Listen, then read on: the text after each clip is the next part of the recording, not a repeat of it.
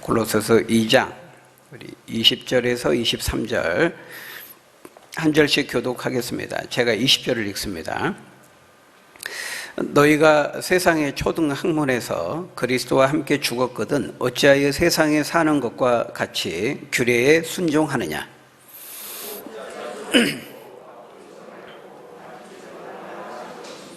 이 모든 것은 한때 쓰이고는 없어지리라. 사람의 명령과 가르침을 따르느냐?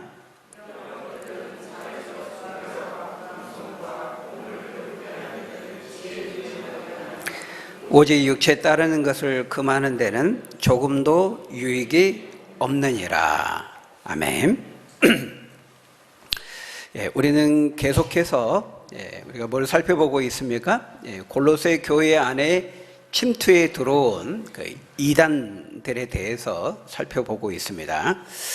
제가 이제 이단들이라고 그렇게 말은 했습니다만은 이 이단들이 이제 여러 단체인지 아니면 하나의 단체인데 그 이단들이 이렇게 교회 안에 퍼뜨리는 가르침의 내용이 이제 여러 가지인지는 명확하지는 않습니다. 근데 아마 후자일 가능성이 훨씬 더 자연스럽다고 말할 수 있겠죠. 우리가 앞에서 그 이단들이 강조하며 가르친 몇 가지 주장들을 우리가 살펴보았습니다. 첫 번째는 2장 8절에서 헛된 철학과 속임수에 사로잡힐까 주의하라 그랬죠. 그 당시 이제 유행하는 그리스 헬라 철학, 소크라테스, 플라톤, 아리스토텔레스 이런 그리스 그 헬라 철학을 예수님의 십자가 복음과 이렇게 적당히 섞는 겁니다. 그래서 우리가 2장 8절에서 말하는 그 이단들의 가르침을 우리가 혼합주의 복음 이렇게 말을 했습니다. 예수님의 십자가 복음만으로는 충분하지 않다고 생각했기 때문에 그 당시 많은 사람들에게 널리 통용되고 받아들여졌던 바로 그리스 헬라 철학을 그리스도 십자가 복음과 적당히 버무리고 섞는 것이죠. 첫 번째 이단, 바로 혼합주의 복음이었고요. 두 번째는 우리가 이제 지난 시간에 살펴보았습니다. 그 2장 16절에서 말씀하는 그 율법주의, 그 율법주의에 대한 이 열정과 열심을 말했고, 또 거기 18절을 통해서는 천사 숭배와 함께 뭔가 본 곳에 의지하는 신비주의적인 체험, 이것을 강조했었죠. 그래서 그 두 번째 이단은 뭐냐면 율법주의입니다. 쉽게 말하면 율법주의와 신비한 종교 체험을 강조한 것이죠. 그들은 먹고 마시는 음식 규례를 철저히 지켰습니다. 그리고 연간 단위로 지켰던 그 절기를 지켰고요. 월간 단위로 지켰던 초하루를 지켰고 주간 단위로 지켰던 안식일을 철저히 지켰죠. 이런 모든 율법들에 대한 열심을 가지고 철저히 지키면서 그렇게 하지 못했던 골로새 교회의 성도들을 비판했습니다. 뿐만 아니라 천사 숭배와 함께 그들이 뭔가를 신비하게 본 곳에 의지해서 그런 신비한 종교적 체험을 갖지 못한 골로새 교회 성도들을 정죄했던 것이죠. 그래서 두 번째 이단은 율법주의에 대한 열심과 신비주의적인 종교 체험, 그렇게 말할 수 있습니다. 자, 이제 오늘 본문에서는 이제 세 번째, 바로 이제 세 번째 이단 이렇게 말하지만 한 이단의 여러 가르침 중에 세 번째, 이렇게 이해할 수 있다는 거예요. 오늘은 금욕주의 이단에 대해서 말하고 있습니다. 금욕주의. 이 금욕주의 이단도 이제 크게 보면은 이제 율법주의의 한 영역이라고 말할 수 있어요. 율법주의의 범주에 포함된다고 할 수 있습니다. 그러니까 여러분, 율법주의는 뭐죠? 율법주의는 율법은 크게 두 가지 명령의 형태로 이루어져 있어요. 어떤 것을 하라, 하지 말라. 이 모든 성경의 요구, 이 율법을 다 지켜야만, 철저히 지키고 행해야만 구원을 얻을 수 있다. 의로운 하나님의 백성이 될 수 있다. 이게 율법주의입니다. 그런데 이제 금욕주의는 어떤 것을 하라, 하지 말라. 하라는 이제 적극적인 명령이고, 하지 말라라는 것은 이제 소극적인, 부정적인 명령인데, 금욕주의는 그 율법의 명령 가운데에서도 특별히 어떤 것을 하지 않는 것, 소극적으로 하지 않는 것을 극단적인 형태로 강조하는 율법주의다, 이렇게 말할 수 있습니다. 오늘 보면 20절, 21절에 보면 뭐라고 말씀합니까? 우리 20절, 21절 우리 다시 한번 같이 한번 읽어볼까요? 시작. 너희가 세상의 초등 학문에서 그리스도와 함께 죽었거든 어찌하여 세상에 사는 것과 같이 규례에 순종하느냐. 곧 붙잡지도 말고 맛보지도 말고 만지지도 말라 하는 것이니. 네, 여기 보면은 붙잡지도 말고 맛보지도 말고 만지지도 말라, 이것이 이제 이단들의 가르침이었던 것입니다. 그러니까 뭐든지 다 하지 말라는 거예요. 여기 붙잡지도 말고 맛보지도 말고 만지지도 말라. 어떻게 보면 한글로 번역된 것은 다 그 같은 얘기를, 똑같은 얘기를 하는 것 같은데, 이 언어의 의미를 보면은 그 의미가 좀 달라요.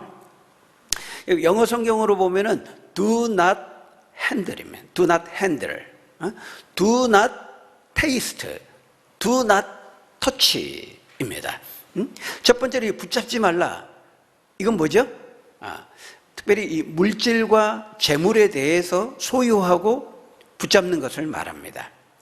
맛보지도 말라. 이거는 말 그대로 이제 입으로 우리가 어떤 음식을 맛보며 먹는 것을 말하고, 터치하지도 말라, 만지지도 말라. 이거는 스킨십, 특별히 이성 간의 성적인 관계를 가리키는 말입니다. 그러니까 이 모든 것들을 금기시하고 멀리 하라는 거예요. 왜냐하면 이 모든 것들은 더럽고 속되고 안 좋은 것이고 거룩하지 못한 것이기 때문에 우리의 믿음과 영적인 신앙생활에 해로운 것들이기 때문에 가까이 하지 말라는 것입니다. 그들을 금기시하고 터부시하는 거죠. 금욕주의입니다. 금욕주의. 여러분, 이제 이런 모습을 보면 어떻습니까? 마치 돌을 닦는 것 같은 도인 같죠? 모든 것들을 다 이제 초탈하고 초월하니까 굉장히 믿음이 좋아 보입니다. 거룩해 보입니다. 모든 것을 금욕하니까. 우리가 앞에서 그 16절에서도 봤죠. 먹고 마시는 것과 또 절기를 지키고 초하루나 안식일을 철저히 지키니까 어때요? 그런 종교적인 열심에 이제 매료되어서 굉장히 이제 거룩해 보이는 것입니다. 이것이 바로 율법주의 매력이라 그랬죠. 일반적인 사람들이 잘 할 수 없는 것들을 인간의 행위와 공로를 통해서 해내니까 거기에서 굉장히 종교적인 성취감, 종교적인 만족감, 자부심을 느끼게 되는 것입니다. 저는 이제 개인적으로 예전에 그 기도원에 이렇게 들어가 가지고 3일 동안 이제 온 금식을 해본 경험이 있습니다. 3일 동안. 물만 먹고. 근데 이제 굉장히 힘들죠, 사실은. 근데 이제 그거를 이렇게 하면서 참 이 뭔가 모르는 어떤 종교심이 내 안에 이렇게 일어나는 거예요.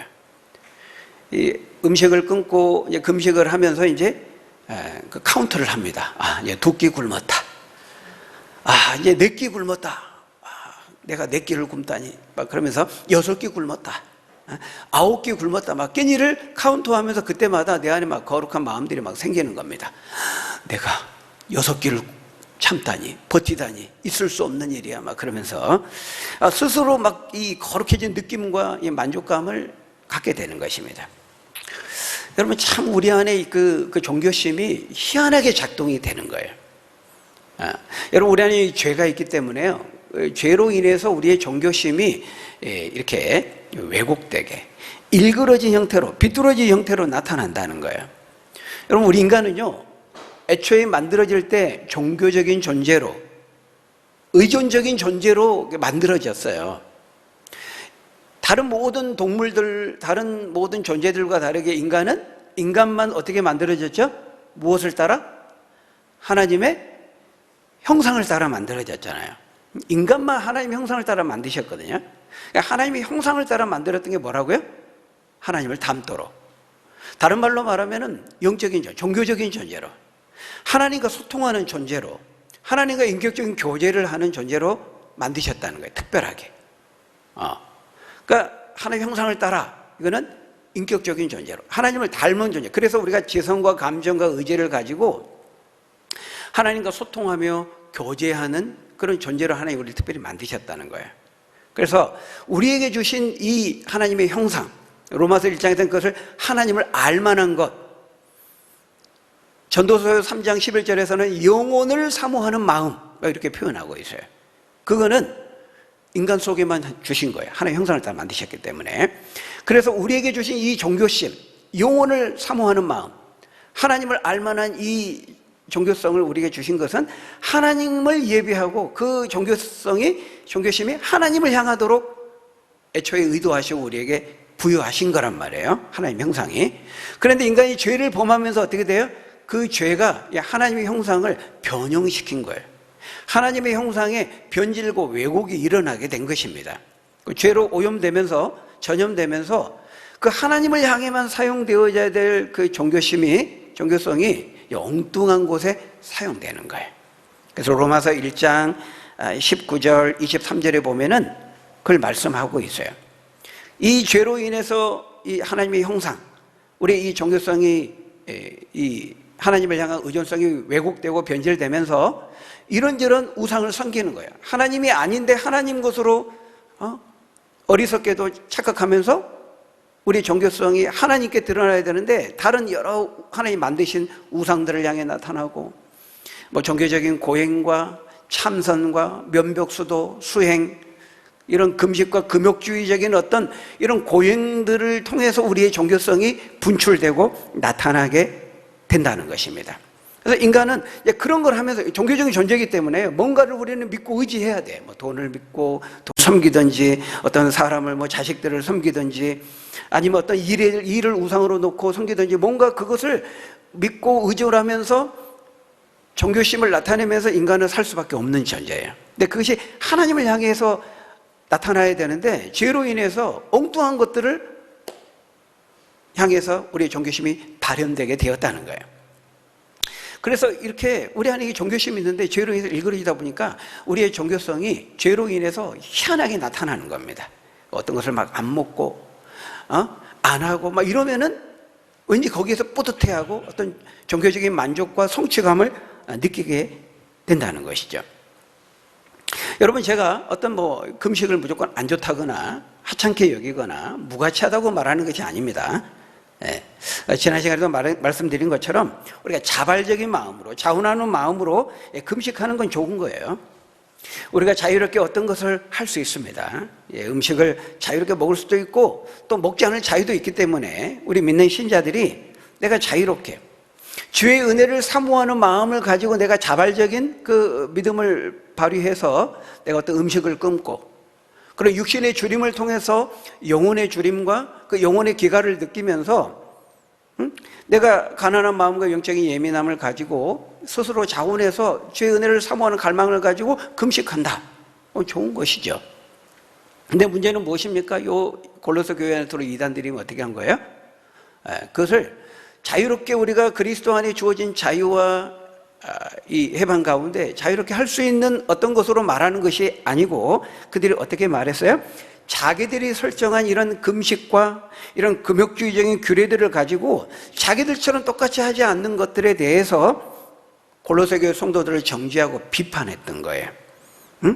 마치 자신들처럼 그런 걸 하지 않으면은 구원을 못 받을 것처럼, 뭔가 문제가 있는 것처럼 마땅히 해야만 하는, 자기들처럼 해야만 하는 어떤 종교적인 의무나 어떤 명령처럼 강요를 한 것입니다. 우리들처럼 붙잡지도 말고 맛보지도 말고 만지지도 말아야 돼. 그래야 구원을 받을 수 있어. 그래야 하나님의 자녀가 될 수 있어. 그래야 하나님의 축복을 받을 수 있어. 예를 들면 이런 식으로 마땅히 해야 되는, 엄격하게 지키고 해야만 구원을 받을 수 있고 하나님의 자녀가 될 수 있고, 그렇지 않으면 하나님의 복을 못 받고 심판을 받는 것처럼 겁을 주고 일종의 그런 식으로 한 거예요. 여기 보면 정죄했다고 그랬거든요. 정죄했다는 것은 너희들은 여전히 죄사함을 받지 못했다, 그런 말이거든요. 이런 것을 붙잡고 맛보고 만지는 한은 너희는 여전히 죄 가운데 있다, 그런 말이에요. 구원받지 못했다고 그들을 정죄했다는 것이죠. 그래서 문제가 되는 것이면 이건 너무 잘못된 것이죠. 왜냐하면 거기 20절에 보십시오. 왜 그것이 잘못된 것입니까? 그 이유를 말씀하는데, 왜냐하면 너희는 이미 세상의 초등학문에 대해서 그리스도와 함께 이미 다 죽었기 때문이라는 거예요. 그건 이제 다 뗐다는 겁니다. 그건 일종의 우리가 중학교 들어가면 어때요? 초등학교에서 구구단은 다 뗐잖아요. 근데 중학교 들어가가지고 다시 구구단 붙잡고 거기에 매여 있으면 되겠습니까? 안 되는 거죠. 일종의 그것과 같다는 거예요. 20절에 보면 그렇게 말합니다. 너희가 세상의 초등학문에서 그리스도와 함께 죽었거든 어찌하여 세상에 사는 것과 같이 여전히 규례에 매여 순종하느냐, 이렇게 말하고 있습니다. 왜 유치하게? 너희들이 막 이 율법에 매여서 어떤 규례에 매여서 그것들을 지키지 않으면은 구원을 못 받고 하는 그런 것들은 예수 믿기 이전에, 예수가 이 땅에 오셔서 십자가에 죽으시기 전에 있었던 일들인데 여전히 너희가 그것들에 매여서 그렇게 하고 있느냐, 이렇게 말하고 있습니다. 여러분, 우리가 예수님을 믿는다는 것 성경은 여러 가지로 설명하는데요, 우리 예수를 믿는다는 건 뭐라 그랬죠? 우리가 그리스도 예수 안에 있는 것이라 그랬습니다. 믿는 순간 우리는 그리스도 예수 안에 있게 되고 동시에 그분도 우리 안에 성령을 통하여 우리 안에 거하시게 되죠. 그래서 그분과 우리가 함께 연합된다 그랬습니다. 서로 속하였기 때문에 하나가 되고 그 어떤 것으로도 끊을 수 없는 아주 강력한 동맹을 맺게 하신다 그랬죠. 그래서 그분이 십자가에서 이루신 모든 성취, 피 흘리시고 죽으심으로써 이루신 모든 그 성취는 내가 그리스도 안에 그분과 하나가 되었기 때문에 내가 이룬 성취와 업적이 된다고 성경 우리에게 말씀한다고 말씀을 드렸어요.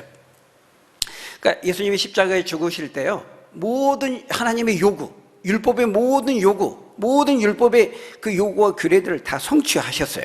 대속의 모든 과업을 다 이루셨단 말이에요. 근데 우리가 예수를 믿는 순간 마치 내가 십자가에 죽고 내가 부활하고 새 생명을 얻고 모든 예수님이 하신 그 성취들을 내가 마치 다 해낸 것처럼 하나님이 여기시겠다는 거예요. 간주하시겠다는 게 하나님의 약속이에요. 지금 그걸 얘기하고 있는 거예요. 너희가 그리스도와 함께 죽었을 때 너희도 함께 다 죽었거든. 예수님의 십자가에서 모든 율법의 성취를 이루었을 때 너희도 다 이루었거든. 마치 예수님이 하시지 않는 것처럼 다시 예수님이 죽으시기 이전의 자리로 너희들이 들어가서 그 자리에 서가지고 예수님이 십자가에 죽으심으로써 이루셨던 것을 너희가 다시 이루려고 하느냐, 예수님의 십자가 죽음을 무효화해버리느냐, 지금 이렇게 말하고 있는 거예요. 여러분, 예수님을 우리가 믿을 때요, 십자가에서 우리 같이 죽고 부활의 새 생명을 얻게 된 거예요. 그리고 세례로 말했잖아요. 물에 우리 몸이 담글 때, 완전히 들어갈 때는 익사하는 것처럼 우리가 옛사람이 죽는 거고, 나올 때는 새 생명을 가지고, 부활의 생명을 가지고 다시 나오는 것을 상징한다 그랬잖아요. 그러니까 예수님을 믿는 순간 우리는 주님과 함께 죽고 주님과 함께 부활의 생명을 얻고 다시 이미 살아난 거예요. 그러니까 이 그리스도 안에 새로운 피조물로서 전혀 새로운 지위와 새로운 성격을 가지고 우리가 새로운 생명을 가지고 살게 된 것이죠.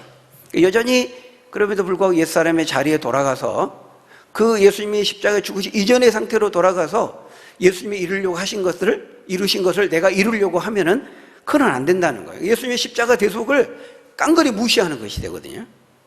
예수님의 십자가 대속을 인정하지 않는 것이 된다는 거예요. 다시 말하면 예수님의 십자가 사역의 온전성을 부정하는 것이 되어버리고 만다는 것입니다. 그래서 우리가 이걸 잘 이해를 해야 돼요. 여러분, 잘 분별해야 됩니다. 특별히 이 율법을 잘 이해해야 돼요. 이 복음과 율법과 복음, 굉장히 중요한 주제거든요. 여러분, 율법을 잘 이해해야 됩니다. 율법을 잘못 이해하면 구원파처럼 율법 폐기론으로 빠지든지 아니면 그 반대의 극단, 율법주의에 얽매이든지 그렇게 되는 거거든요. 여러분, 우리 신자들은, 예수 믿는 신자들에게 율법은 뭡니까? 우리가 예수님을 믿은 다음에 율법은 필요할까요? 필요 없을까요? 예수님의 십자가에서 모든 율법의 요구를 다 이루셨고 우리를 해방시키고 자유하게 하셨으니까 우리 믿는 신자에게는 율법이 필요해요? 필요 없어요? 네? 다수결로 할까요? 율법이 예수 믿는 신자에게 여전히 필요합니까? 필요 없습니까? 필요합니다. 필요해요. 근데 용도가 완전히 달라졌어요. 예수님이 십자가에 죽으시기 이전과 이후는 용도가 달라졌어요. 예수님이 십자가에 죽으심으로써 율법이 하나님의 모든 요구를 다 이루시고 성취하셨기 때문에 우리 예수를 믿는 순간 우리가 다 같이 그것에 참여했기 때문에 율법은 이제 폐기 처분해버리고 내가 원하는 대로 내 마음대로 내가 하고 싶은 대로 살면 된다. 아니죠. 그렇지 않습니다. 예수 믿는 신자에게도 여전히 율법은 필요하고 지켜야 될 규례가 있어요. 그죠? 예수 믿는 우리에게도 해야 될 거 하지 말아야 될 거 있다고 말하잖아요. 규례가 있단 말이에요. 여러분 여전히 신자에게도 율법이 필요해요. 근데 어떤 의미에서 율법이 필요한지를 잘 이해를 해야 됩니다. 여러분 로마서 7장 12절에 보면 우리 율법을 어떻게 말합니까? 우리 같이 읽어볼까요? 시작. 이러보건대 율법은 거룩하고 계명도 거룩하고 의로우며 선하도다 이렇게 말하고 있습니다. 율법 자체는요 악한 것이 아니에요. 율법이 우리를 정죄하잖아요. 너는 죄인이야. 그 죄가 해결되지 않고서 너는 죽음이야, 형벌이야. 율법이 우리를 이렇게 압박하고 정죄합니다. 그런 점에서 율법이 우리로 하여금 죄를 깨닫게 하는 거예요. 그죠? 율법이 있을 때 죄가 막 커져요. 그러니까 굉장히 부담스러운 거죠, 율법은. 그렇지만 율법이 악한 게 아닙니다. 선한 것입니다. 율법은 거울과 같아요. 우리 안에 뭐가 묻어 있는지 거울을 보면 우리의 오물이, 얼굴이 뭐가 얼룩 있는지 아는 것처럼 율법은 우리가 죄를 깨닫게 해요. 우리가 죄인인지 아닌지 어떤 자인지를 깨닫게 한단 말이에요, 율법은. 그래서 로마서 12장 2절에 보면 너희가 이 세대를 본받지 말고 마음을 새롭게 함으로 변화를 받아서 하나님의 선하시고 기뻐하시고 온전한 뜻이 무엇인지 분별하라 그랬잖아요. 하나님의 선하시고 기뻐하시고 온전한 뜻을 분별하기 위해서는 그 분별의 기준이 되는 율법, 하나님의 말씀이 있어야 되는 것입니다. 율법이 있을 때 뭐가 죄인지 아닌지, 뭐가 옳고 그른지, 뭐가 악인지 선인지를 알게 된다는 거예요. 그런 점에서 이 율법은 예수 믿는 우리 성도들에게도 인생을 살아가는 길잡이고 나침판이고 등불이 되는 거예요. 신자에게 여전히 필요해요. 근데 용도가 달라졌어요. 문제는 이단들이 이 율법을 어떻게 가르친 거예요? 성도들에게 구원의 수단으로서, 방편으로서 주장한 겁니다. 이 모든 것들을 다 지켜야만 구원을 받을 수 있다. 예수 믿은 다음에도 붙잡지 말아야 되고 맛보지 말아야 되고 만지지도 말아야 된다. 이 모든 것들을 덧붙여가지고 구원의 조건과 수단으로 말한 것입니다. 그게 잘못됐다는 거죠. 우리 믿는 신자들에게도 율법이 필요하지만 구원의 방편으로서는 아니에요. 우리가 율법을 지키고 하나님의 말씀을 따라서 어떤 것을 하고 하지 않는 것은 구원을 받기 위해서가 아닙니다. 우리 예수 믿는 신자들에게는. 왜? 우리는 이미 구원을 받았잖아요. 구원을 받는 것은 오직 예수 믿는 것으로 족합니다. 예수를 진정으로 믿기만 하면 그것으로 구원을 받아요. 우리가 구원을 받기 위해서 율법을 지키는 것이 아니에요. 이렇게 착하게 살고 말씀대로 살고 악을 행하지 않고 이렇게 하고 저렇게 하고 이렇게 하지 않고 저렇게 하지 않는 것은 구원을 받기 위해서가 아니에요. 우리는 그런 식으로 구원을 받을 수 없어요. 율법을 지킬 수 없어요. 하나님의 모든 율법의 요구와 만족을 우리의 행위로 우리가 지켜내므로 그렇게 절대 할 수 없다는 거예요. 우리는 예수 그리스도를 믿음으로 구원을 얻었기 때문에 율법을 지키는 겁니다.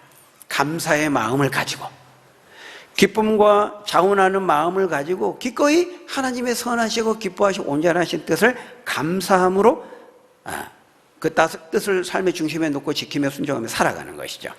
그러니까 순서가 중요해요. 순서를 바꾸면 안 돼요. 로마서 8장 1절 2절 너무 유명한 말씀이죠. 그러므로 이제 그리스도 예수 안에 있는 자에게는 결코 정죄함이 없다는 거예요. 그리스도 예수 안에 있는 자라는 것은 예수님을 진정으로 믿으면 그 믿는 자에게는요, 그 누구도 그 사람을 너는 죄를 가지고 정죄하지 않는다는 것이죠. 하나님도.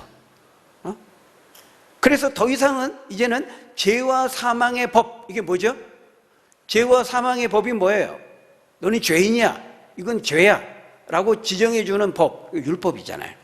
예수를 믿고 예수 안에 있으면은요, 죄와 사망의 법의 지배를 받지 않는다는 거예요. 율법 아래 있지 않게 된다는 거예요. 이제는 어떤 법이에요? 생명과 성령의 법의 다스림과 지배를 받는다는 것입니다. 그러니까 여전히 예수 믿는 신자에게도 법이 적용돼요. 법을 따라야 돼요. 근데 그 법의 성격이 완전히 달라졌어요. 여러분, 탈북을 하면 그 탈북자가 대한민국에 오면 대한민국 국민이 되면요, 이제 더 이상 북한의 법의 지배를 받지 않아요. 어디를 가든 자유롭게 가면 됩니다. 북한이처럼 어디 지역의 경계를 넘으면 통행증이 있어야 돼. 당국 허락받아야 되고. 그럴 필요가 없는 거예요. 근데 여전히 내가 대한민국 국민이 탈북을 해 대한민국 국민이 됐는데 자유롭게 마음대로 다니면 되는데 그 옛날에 그 법의 지배를 받는 걸 생각해가지고 어디 갈 때 내가 통행증 포기해 가지 말자 이렇게 살고 있다면 탈북자가 언젠가도 제가 설명드렸죠. 얼마나 안타까운 일입니까? 이미 탈북이 되고 대한민국 국민이 법의 지배를 받으면 됐는데 그 옛사람의 법의 지배를 그 자리로 가서 여전히 거기에 매여 있는 거죠. 그런 규례에 매여 있는 거예요. 지금 사도 바울은 그걸 설명하고 있는 겁니다. 우리 예수 그래서 참된 자유를 얻었단 말이에요. 어떤 것을 다 먹을 수 있고 어떤 것을 행할 수 있고 어떤 것도 우리를 정죄함이 없어요. 참된 자유를 얻었기 때문에. 그러니까 우리가 법의 지배를 받지만은 전혀 다른 법의 지배를 이제는 죄와 사망의 법, 율법의 지배 아래서 그 율법에 주눅 들어서 왜? 율법을 지키지 않으면 너는 사형이야, 형벌이야. 그런 율법에 대한 푸시와 정죄를 받으면서 우리가 있었단 말이에요. 근데 이제 예수를 믿으면은 죄와 사망의 법의 지배를 받지는 않아요. 생명의 성령의 법의 인도를 받죠. 다시 말하면 우리 안에 성령이 계셔서 하나님의 말씀을 지킬 수 있는 능력을 우리에게 주시고 성령께서 우리의 삶을 이끄시고 우리가 동행하시면서 하나님의 말씀을 따라 살아갈 수 있는 그런 마음과 믿음을 주셔서요 성령의 지배와 인도와 동행하심을 따라 우리가 기꺼운 마음으로 감사의 마음으로 하나님의 법을 내 삶의 중심에 놓고 살아가게 된다는 거예요. 내가 이렇게 하지 않으면 하나님께 벌 받아. 이렇게 하지 않으면 하나님의 복을 못 받아. 그러니까 의무적으로 당위적으로 두려움 가운데 주눅이 들려서 하나님 해코지를 받을까 봐 우리는 그렇게 살지 않는다는 거예요. 더 이상. 이미 우리는 구원을 받았고 하나님의 자녀가 되었기 때문에 자격 없는 나에게 구원을 주시고 생명을 주신 그 하나님 아버지의 은혜에 감사해서 그렇게 하나님의 말씀을 따라서 사는 거예요. 하나님을 기쁘시게 하기 위해서. 하나님 나에게 그런 은혜를 주셨는데 하나님 실망시켜드리지 않기 위해서 내가 기꺼운 마음으로 하는 거예요. 예수님께서 그걸 여러 비유로 말씀했어요. 포도원 품꾼 비유, 마지막 오후 5시에 갔는데 그 똑같은 한 데나리온 받은 그런 비유가 다 그런 비유입니다. 인간의 행위가 아니고 하나님의 은혜로 자격음자에 주어진 그 은혜를 받았기 때문에요. 그 은혜를 받은 사람은 어때요? 오후 5시에 왔는데 아침 9시에 온 사람과 똑같이 줬어요. 한 데나리온 약속했잖아요. 9시에 온 사람이. 그러면 자기 오후 5시에 왔으면은 자기는 이제 몇 분의 1 받을 걸 생각했는데 한 데나리온 주니까 너무 감사한 거예요. 자격 없는 자신이 주니까. 그러면 어때요? 그 다음부터는 어떻게 하죠? 그 사람이? 오후 5시에 와도 한 데나리온 주네. 이제 오후 5시 반에 가야 되겠다. 그럴까요? 그 은혜를 체험한 사람이 그럴까요? 그러지 않는다는 거예요. 너무 감사하니까요. 그 사람은 8시에 옵니다. 아침 8시에. 이런 주인이 있구나. 너무 감사. 이게 은혜를 안다는 겁니다. 은혜와 사랑을 알기 때문에 그 주님의 은혜와 그 주인의 은혜에 사랑에 감사해서 그 주인을 기쁘시게 하기 위해서 어떤 것을 행한다는 거예요. 하나님의 말씀과 율법의 요구가 그걸 말하는 거예요. 생명의 성령의 법의 지배를 받는다는 것은 우리가 주신 그리스도 안에 누리는 그 참된 자유, 세상에 얻을 수 없고 알 수 없는 참된 안식의 자유와 기쁨을 가지고 내가 하나님을 기쁘시게 하는 삶을 사는 거예요. 이렇게 주일날 예배 안 드리면 하나님께 벌 받으니까 와서 예배 드려. 그런 게 아니라는 겁니다. 그건 옛사람의 규례에 속해 있는 사람이에요. 진짜 주님의 은혜와 사랑을 믿는 사람은, 경험한 사람은 하나님 만나는 게 너무 좋고 기쁘고 감사해서 예배를 드리는 거죠. 전혀 다른 법의 지배를 받는 겁니다. 여러분 앞에서도 2장 14절에서 말씀했잖아요. 우리를 거스르게 하고 불리하게 하는 법 조문으로 쓴 증서를 지우시고 제하여 버려서 십자가에 못 박아 버렸다 그랬잖아요. 여러분 여기 법 조문으로 쓴 증서를 지우시고 제하여 십자가에 못 박아 버렸다. 이 증서가 뭡니까? 율법이죠. 율법. 하나님의 모든 요구사항이에요. 우리 인간에게. 모든 요구사항을 예수님이 십자가에 죽으시면서요. 그 율법의 문서를 가지고 십자가에 다 못 박아 버리셨다는 거예요. 이 문서가 뭡니까? 빈문서라고 제가 설명을 드렸죠. 빈문서. 우리가 갚아야 돼. 하나님 모든 요구사항. 채무증서예요. 채무증서. 그걸 예수님이 1만 달란트의 빚으로 비유하셨잖아요. 도저히 갚을 수 없는 빚이에요. 갚을 수 없는 채무예요. 근데 예수님이 십자가에 죽으심으로 자신의 핏값을 대신 지불함으로써 우리를 대신 다 갚아줘 버렸어요. 우리가 갚을 수 없는 1만 달란트의 그 빚을 예수님이 핏값을 대신 다 계산해 주신 거예요. 그러니까 우리는 더 이상 이제 안 갚아도 돼요. 예수님이 다 갚아주셨으니까. 그걸 감사함으로 믿고 받으면 돼. 그리고 누리면 돼요. 제가 식당에 갔는데 장로님이 식사를 하고 계셔요. 장로님이 이제 식사를 하고 인사를 하고 이제 밥 먹고 나오는데 장로님이 다 계산을 해 주셨더라고. 그럼 내가 또 계산할 필요가 있어요, 없어요? 감사하다. 감사함을 알고 누리면 되는 겁니다. 계산 다 됐는데 내가 굳이 그거 필요 없어, 내가 또 낼 거예요. 그럴 사람이 있어요? 정신 나간 사람이 있어요? 없지요. 그 다 계산해 주신 것에 대해서 감사하면 돼요. 그리고 여러분, 우리 하나님께서 우리 예수님을 통해서 주신 그 은혜에 대해서 감사하는 게 뭐예요? 하나님께 영광 돌리는 게 뭐예요? 그것을 알리는 겁니다. 우리 하나님 이런 분이에요. 이렇게 은혜로운 분이에요. 하나님 믿으세요. 그렇게 하나님을 찬양하고 알리고 기리는 거, 그것이 하나님께 영광 돌리는 거죠. 그러면 되는 거예요. 우리가 신자들이 그 은혜를 아는 신자 해야 될 건 그거죠. 하나님 되심을 알고 그 은혜를 인정하고 감사함으로 받고 누리면서 알지 못하는 사람에게 알려주고 전해주는 거. 우리 하나님 이런 분이에요. 구원의 하나님이에요. 은혜의 하나님이에요. 그게 전도죠. 그거 하면 되는 겁니다. 그런데 이단들은 어떻게 했어요? 예수 그리스도께서 십자가의 죽으심을 통해서 그 생명을 내어주시고 피를 흘리시면서 이 모든 대속의 과업을 다 이루셨는데 그 십자가 대속만 안 된다는 거예요. 여전히 만지면 안 되고 맛보면 안 되고 붙들면 안 되고 이런 걸 다 해야만 그걸 얻을 수 있고 하나님의 복을 받을 수 있고 하나님의 자녀가 될 수 있다고 말한 것입니다. 더 많은 이런저런 예수 믿는 것 외에 금욕적인 이런 규례들을 덧붙여가지고 예수 믿을 사람들을 못 믿게 하는 거죠. 여러분, 이런 행위를 강조하는 율법주의가 사람들에게 그 성취감을 주기 때문에 믿기 어렵게 만들수록 더 매력을 준다 그랬죠. 그러니까 이슬람교가 대표적이거든요. 그런 것처럼 여러분, 이 금욕주의도요, 결국 인간의 행위를 통해서 사람들이 하기 어려운 것들을 해내는 것을 통해서 하기 때문에 이것도 굉장히 사람들에게 매력을 주는 거예요. 굉장히 거룩해 보입니다. 그죠? 붙잡지 말라. 돈과 물질을 돌처럼 여기는 거예요. 금욕주의자 돌처럼 여기는 겁니다. 굉장히 거룩해 보이죠. 믿음이 좋아 보여요. 돈과 물질을 속되게 보고 악한 것으로 보고 붙잡지도 말라. 돈을 모으면 안 된다는 겁니다. 가난하게 살아야 된다는 거예요. 청빈해야 된다는 거예요.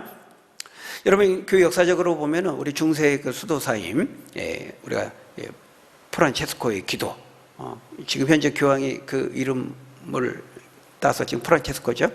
근데 중세에 있었던 그 성 프란체스코, 자신의 모든 재산을 다 내어놓고 가난하고 청빈하게 살면서 그리스도의 사랑을 실천했던 그 타락한 중세의 그 가톨릭 교회를 일깨웠던 아주 유명한 사람이죠. 프란체스. 근데 요 사람이 했던 것은 이제 개인의 믿음으로 그렇게 한 겁니다. 그리고 하나님은 그를 잘 사용하셔가지고 중세교회를 일깨우는 일에 크게 쓰셨어요. 그렇지만 우리가 알아야 되는 것은, 여러분, 이 프란체스코 개인의 믿음으로 한 것이 하나님이 그를 사용했지만은 예수 믿는 모든 신자들이 다 그와 같이 해야 되는 어떤 표준으로 성경은 우리에게 말씀하지 않는다는 거예요. 우리가 예수 믿으면 다 자기 재산을 팔아서 교회에 바치고 다 가난하게 살아야 되고 믿음이 그래야 좋고 거룩하고, 성경은 그렇게 말씀하지 않습니다. 여러분, 성경은 부자를 정죄하지 않아요. 동시에 가난을 칭송하지도 않습니다. 가난이, 여러분, 거지 나사로가 천국에 간 것은 가난했기 때문에 간 겁니까? 부자가 지옥 간 것은 부 때문에 지옥 간 거예요? 아니에요. 예수 안 믿어서 그래요. 예수님의 그 십자가 사랑을 몰라서 그런 거죠. 나사로는 예수를 믿었기 때문에 아브라함 품에 안겼던 것이지 가난했기 때문에 천국 간 거 아닙니다. 중요한 것은 성경은 부를 정죄하지도 않고 가난을 칭송하지도 않아요. 근데 어때요? 우리의 종교심은 성철 스님처럼 무소유 이렇게 하면은 벌써 막 너무 그렇게 보여. 너무 대단해 보이잖아요. 그죠? 근데 우리는 성경의 관점은 다르다는 걸 알아야 됩니다. 여러분, 성경의 가르침은 뭐예요? 빌립보서 4장 11절 12절에 뭐라고 말씀합니까? 우리는 풍부에 처하든지 비천에 처하든지 그리스도 안에 자족하며 사는 게 중요해요. 자족하고 감사하고 일체의 비결을 배워서 어떤 상황에도 상황이 중요하지 않다는 거예요. 우리는 그리스도 안에 있기 때문에. 그리스도 안에 있는 자에게는 풍부에 처하든 비천에 처하든 삶의 환경과 상황들은 다를 수 있어요. 내가 북한의 주민으로 태어날 수 있고, 내가 미국의 주민으로 살 수가 있고, 대한민국의 시민으로 살 수도 있고, 그 나라가, 그 시대, 그 지역이 또 부유할 수도 있고 어려울 수도 있고, 그런 환경이에요, 상황이에요. 우리는 그리스도 안에 있는 자이기 때문에요, 풍부의 상황에 있느냐 가난과 비천의 상황, 이건 중요하지 않아요. 여러분, 가난한 자면 그러면 다 만족하고 삽니까? 아닙니다. 가난 때문에 인생을 비관하고 저주하면서 늘 불평하면서 사는 사람도 많습니다. 가난이라는 자체가 우리에게 자족을 주는 건 아니에요. 여러분, 부라고 하는 그 환경이 우리에게 자족을 줍니까? 그것도 아니에요. 반대로 가난해도 우리가 자족할 수 있는 겁니다. 또 부에도 자족할 수 있어요. 부에도 여전히 만족하지 못하고 끊임없는 탐욕을 가지고 만족하지 못하고 살 수 있고요. 가난과 부라고 하는 환경입니다. 그것이 우리의 어떤 삶을 영향을 미치긴 하지만 우리의 삶을 절대적으로 좌우하지는 않아요.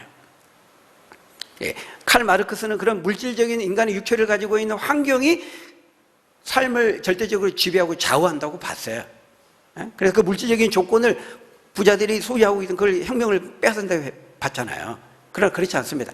이런 우리 육체를 가지고 있기 때문에 더우면 덥고 추우면 춥고 영향을 받아요. 환경에 영향을 받아요. 그 부인하지 않아요. 그렇지만 그것이 우리의 운명을 결정하는 것은 아니에요. 육체적으로 너무 힘들어도 그를 극복하고 우리는 살아낼 수 있어요. 예수 그리스도의 안에서 믿음을 가지고.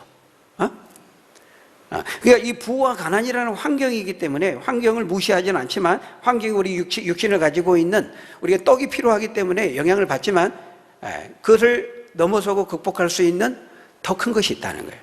그리스도 안에 있으면 풍부에 차는 빛의 내정을 자족할 수 있는 것입니다. 모든 재물이 주인이 하나님이심을 우리가 믿고, 그 어떤 재물이나 이런 풍부나 가난이란 환경은요, 하나님께 임시로 우리에게 위탁하신 것들이에요. 그래서 돈과 재물을 하나님 우리에게 맡겨주신 것은 내 것이 아니고 하나님의 것이기 때문에 하나님의 주인의 뜻을 따라서 잘 사용하면 되는 것입니다. 돈과 재물을 붙잡지도 말고 그냥 거부하고, 나에게 꼭 먹고 사는 생존에만 필요한 만큼은 갖고 더 가지면은 그건 죄고 정죄받아야 돼, 그런 게 아니라, 성경 그렇게 말하지 않아요? 우리가 복음을 전하고 하나님의 복음 사역을 하기 위해서 돈이 필요합니다. 물질이 필요합니다. 현실적으로. 그래서 우리가 재정적으로 물질적으로 하나님 일하는 데 부족하지 않게 해 주옵소서, 우리 얼마든지 구하고 기도할 수 있어요. 그런데 이런 금욕주의 관점에서 보면 그런 기도는 세속적인 기도가 되는 거죠. 여러분, 물론 성경은요, 이 물질과 부에 대한 우리 안에 있는 죄성 때문에 얼마든지 그것이 탐욕과 욕심으로 발전할 수 있다는 것을 경고해요. 그래서 디모데전서 6장 9절 10절 같은 말씀에 보면 부하려 하는 자들에게 경고해요. 부하려 하는 자들은 시험과 어려움에 빠질 수 있고 돈을 사랑하는 것이 일만의 뿌리가 될 수 있다, 경고해요. 그렇지만 성경은 절대로 금욕주의를 말하지 않아요. 돈과 물질에 대한 절제를 가르치고 사랑의 나눔과 섬김을 가르치고 그렇게 말하지만, 여러분, 금욕주의를 가르치지는 않아요. 여러분, 이걸 잘 분별해야 됩니다. 여러분, 우리 기독교와 성경의 가르치면 어떤 점에서 볼 때, 겉으로 볼 때 금욕적이에요. 금욕적이지만 금욕주의는 아니에요. 뒤에 주의가 붙으면 주의해야 돼요. 네. 여러분, 우리는 윤리적이에요. 성경이 굉장히 윤리적입니다. 우리의 삶이 뒷받침돼야 돼요. 열매를 말해요. 윤리적이에요. 그런 점에서 우리의 믿음은 윤리적이지 못하면 안 돼요. 그렇지만 윤리주의는 아니에요.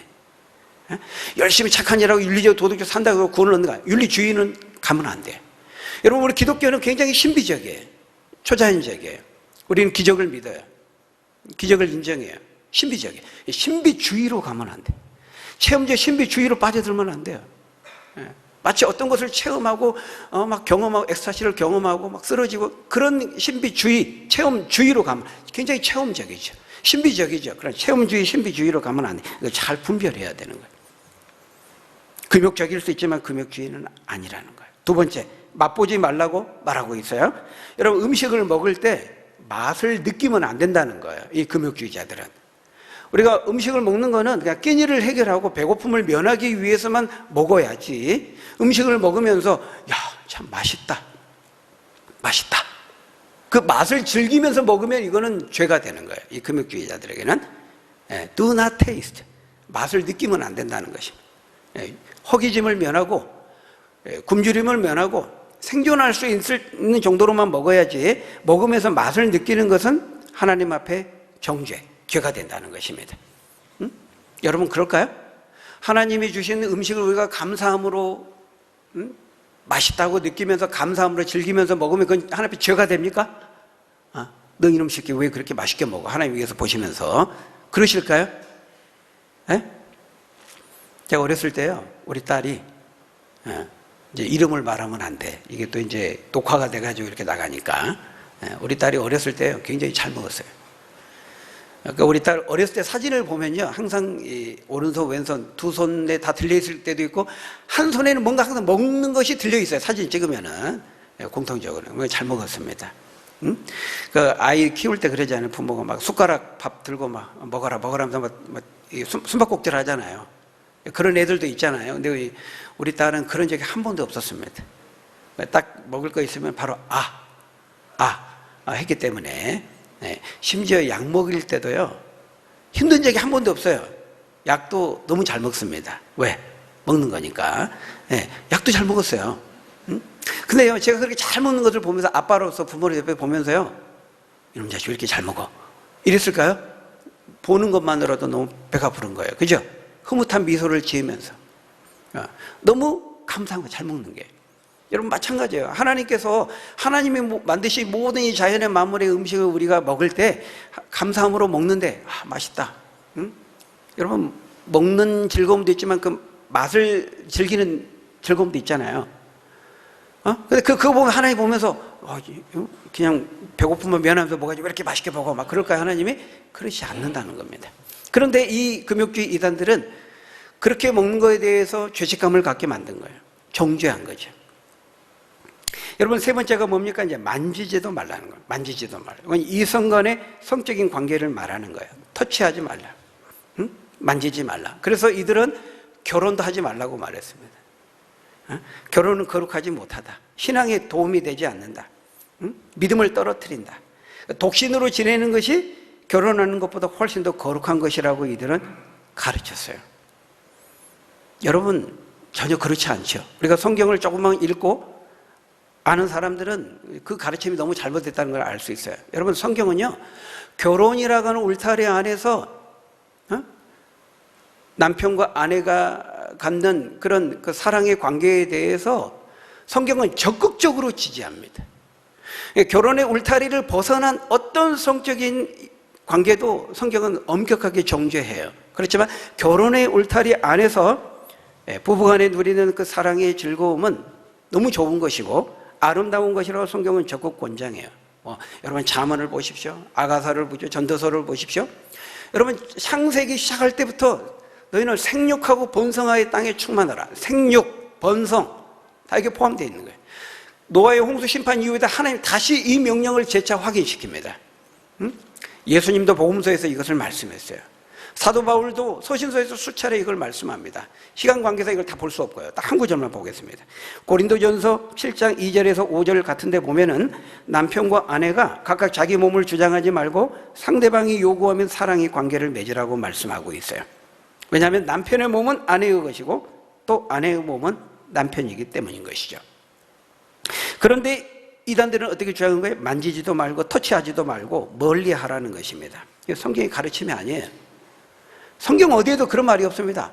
붙잡지도 말고 맛보지도 말고 만지지도 말고 성경 어디에 가르치는 바가 없어요. 근데 이들은 자신들의 그런 규례를, 인간의 그 계명을, 인간의 전통을 마치 하나님의 말씀이고 명령의 계명인 것처럼 둔갑시켜 버린 것입니다.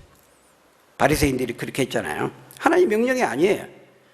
자기들의 생각, 세상에 들여온 어떤 사회화된 어떤 이론, 영양, 사상, 철학 이런 것들을 마치 하나님 말씀 명령인 것처럼 둔갑시킨 거죠. 그래서 여러분 22절, 23절 우리 읽고 마치겠습니다. 22절, 23절 시작. 이 모든 것은 한때 쓰이고는 없어지리라. 사람의 명령과 가르침을 따르느냐? 이런 것들은 자의적 숭배와 겸손과 몸을 괴롭게 하는 데는 지혜 있는 것처럼 보일지 모르지만 오직 육체에 따르는 것을 금하는 데는 조금도 유익이 없느니라. 성경 어디에도 그걸 가르치는 바가 없다는 것입니다. 근데 이단들은 자기들의 규례를 마치 하나님의 명령이고 말씀인 것처럼 그렇게 둔갑시켜서 강요한 거예요. 여러분 디모데전서 4장 4절 5절에 보면요, 하나님이 지으신 모든 것이 선함에 버릴 것이 없다 그랬어요. 감사함으로 받으면 감사함으로만 버릴 것이 없어요. 기도와 말씀으로 우리가 거룩해지는 것이라고 말하고 있어요. 어떤 음식을 먹고 안 먹고 하는 것으로 우리가 거룩해지는 것이 아니고, 그런 기계적인 물리적인 방식으로 우리가 거룩해지는 것이 아니고요, 우리가 거룩해지는 방식은 영적인 방식이죠. 기도와 말씀으로 우리가 거룩해지는 것이라고 말하고 있는 것입니다. 어떤 외적으로 먹고 안 먹고 이런 금욕적인 것들을 이런 것들을 외적인 행위로 하고 안 하고가 우리를 거룩하게 만드는 것이 아니라는, 그것은 어떤 것을 안 먹고 막 금욕적인 고행을 하고 하는 것은 뭐예요? 자신의 몸만 괴롭게 할 뿐이라는 거예요. 그렇게 말하죠. 자신의 몸만 괴롭게 할 뿐이에요. 그리고 어때요? 자의적인 숭배와 자의적인 겸손에 빠지게 한다는 것입니다. 아까 말했지. 내가 이제 몇 끼 굶었다. 내가 3일을 버텼다. 막 그러면서 자기 만족과 자기 성취감을 느끼면서 자기 의에 사로잡히는 것입니다. 그래서 자신처럼 하지 못하는 사람들을 낮추어 보고 깔보면서 스스로 영적인 우월감을 갖는 거예요. 자의적 겸손이에요. 바리새인들이 그랬잖아요. 그래서 예수님이 누가복음 18장 11절에 14절을 보면요, 두 사람의 기도가 나와요. 바리새인은 어떻게 기도합니까? 거룩한 자기 의에 치우쳐가지고 이렇게 기도합니다. 서서 따로 기도해요. 따로 기도해요. 아유, 난 저들하고 같이 예배 못 드려. 그 따로 기도하면 뭐라고 말해요? 나는 하나님, 다른 사람들, 토색불이 간음을 하고 죄 짓는 사람들, 저 세리와도 같지 않음을 감사합니다. 나는 일주일에 2번씩 금식하고 또 소득의 11조를 뿌리까지도 다 계산해서 드리게 하시면 감사합니다. 뭐 이렇게 자기의 자부심을 가지고 기도하죠. 근데 반대로 세리는 어떻게 기도합니까? 멀리 서서 감히 눈을 들어 하늘을 쳐다보지 못하면서 가슴을 치고 이르되 불쌍히 여기서서 나는 죄인입니다. 이렇게 어떤 게 진짜 겸손인가 하는 것을 우리에게 말씀하고 있어요. 예수님의 결론은 뭐였어요? 내가 너희에게 이르노니 저 바리새인이 아니고 이 사람이 의롭다 하심을 받고 그의 집으로 데려갔느니라. 무릇 자기를 높이는 자는 낮아지고 자기를 낮추는 자는 높아지리라. 여러분, 금식과 같은 그런 금욕주의적인 행위를 통해서 사람이 겸손해지는 것이 아니라요, 오히려 잘못하면 교만해질 수 있습니다. 그러니까 사람이 거룩해지고 깨끗해지고 의롭게 되고 하는 것은요, 외적인 어떤 그런 방식으로 되는 것이 아니라는 거예요. 무엇을 먹고 안 먹고. 예수님이 마태복음 15장에서도요, 손 씻지 않고 먹는 것을 바리새인들이 지적한 것과 관련해서 마태복음 15장에 예수님이 자세히 말씀했습니다.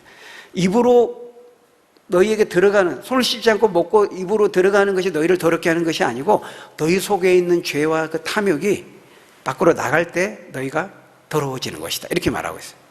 그러니까 무엇을 먹고 안 먹고, 먹는 것은 소화돼서 배설물로 나간다는 거예요. 그것이 우리를 더럽게 하고 하는 것이 아니라는 것입니다. 술 안 먹고 담배 안 피고 하는 것이 우리를 구원을 결정하고 우리를 깨끗하게 하고 거룩하게 하고 그런 게 아니라는 거예요. 그런 방식으로 이루어지는 것이 아니라는 것입니다. 그래서 거기 23절에 우리 보면 23절에 말하죠. 그런 것들이 지혜 있게 보일지 모르지만은 오직 육체 따르는 것을 금하는 조금 더 유익이 없다. 아무런 도움을 못 준다는 거예요. 육체 따르는 걸 금하는 건 뭡니까? 우리 속에 있는 죄된 본성을 없애고 우리가 참되게 변화되는 데는 아무런 유익을 줄 수 없다는 거예요. 어떤 것을 먹고 안 먹고 이런 것들이 정말 중요한 것은 우리 내면이 변화되어야 된다는 거죠. 그래서 우리 중심이 변화되고 거듭나고 참되게 믿어서 중생하고 거듭나서 우리 내면과 인격이 변화되어야 되는 것이지, 그런 외적인 수련이냐 금욕적인 행위나 이런 것들은 우리의 내면의 진정한 변화에 아무런 도움을 주지 못한다는, 그런 것으로 우리 죄된 본성이 없어지고 변화되고 그런 것이 아니라는 것입니다. 여러분, 우리는 성경 말씀에 충실해야 돼요. 자의적으로 자기 마음대로 어떤 성경 말씀이 어떤 것을 보태거나 빼면 안 돼요. 아까 말했죠? 분별해야 됩니다. 우리는 윤리적이지만 윤리주의는 아니고, 신비적이지만 신비주의는 아니고, 체험적이지만 체험주의는 아니고, 그렇죠? 네. 우리가 금욕적일 수 있지만 금욕주의는 아니라는 거예요. 예수 그리스도가 우리에게 참된 자유를 주셨어요. 그 자유를 가지고 우리는 무엇든 할 수 있어요. 그러나 그 자유로 하나님의 영광을 위해서, 다른 사람의 이웃과 또 덕을 위해서 우리가 스스로 자유가 있지만 스스로 내가 그 자유를 제한하면서 행사하는 것이라고 말했잖아요. 그게 건강한 믿음입니다. 하나님 우리에게 주신 자유를 우리가 잘 분별해서 하나님의 뜻을 따라 잘 사용해서 하나님을 기쁘시게 하고 하나님께 영광 돌리는 저희 여러분들이 다 되시기를 예수님의 이름으로 간절히 축원합니다. 우리 기도하겠습니다.